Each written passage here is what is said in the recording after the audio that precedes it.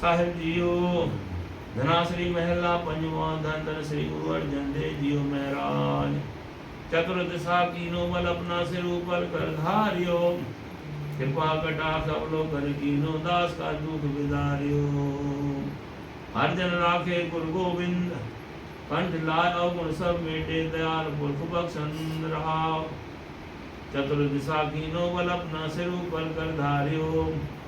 कृपा कटाक्ष अवलोकन कीनो दास का दुख विदारियो हर जन राखे गुरु गोविंद कंठ लाय अवगुण सब मेटे दयाल पुरख बख्शन रहा जो मांगे ठाकुर अपने दे सोई सोई देवे नानक दास मुक्ते जो बोले यहाँ वहाँ सच होवे सतनाम श्री हरि वाहिगुरु साहिब जियो जो मांगे ठाकुर अपने दे सोई सोई देवे नानक दास मुक्ते जो बोले यहाँ वहाँ सच होवे बोल गुरु नानक देव की जय और संत बाबा साहिब की जय सभिनी खे वाधायूं प्यारे उत्तम ऐं उनजे पुट जेको आहे प्रभु उनजी जनम ॾींहुं आहे पुट जो शायदि प्रभु जो जनम 2 ॾींहं पहिरीं उत्तम जो अॼु आहे किशोर पमनाणी भेण पमनाणी रमा पमनाणी दिल्लीअ में रहंदा आहिनि हींअर इंदौर में पहिरीं किशोर पमनाणी ॾाढी सेवा कंदा आहिनि ख़ासि करे कैंपुनि में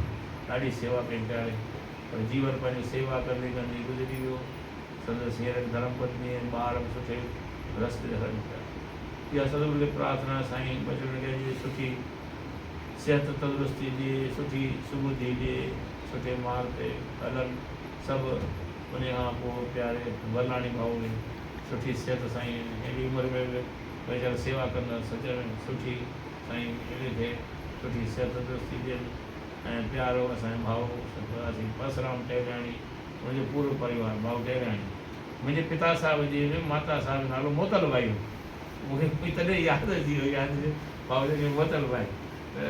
उन माता साहिब ॾाढा कुर्ब आहिनि मां नंढड़ो हूंदो हुउसि साईं जन जो खीर खणी ईंदासीं उन माता साहिब साईं ॾाढो प्यारु कंदी ॾाढो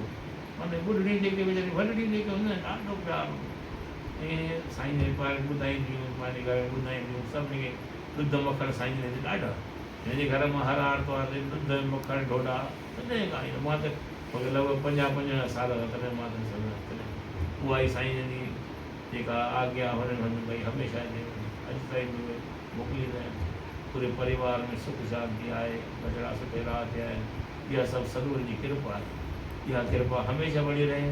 असां हिननि महापुरुषनि दर सां जुड़िया रहंदासीं हमेशह उनजे वचन ते हलंदासीं आज्ञा में हलंदासीं त सदाईं सुख पाईंदासीं बोल गुरु नानक देव की जय बोल संत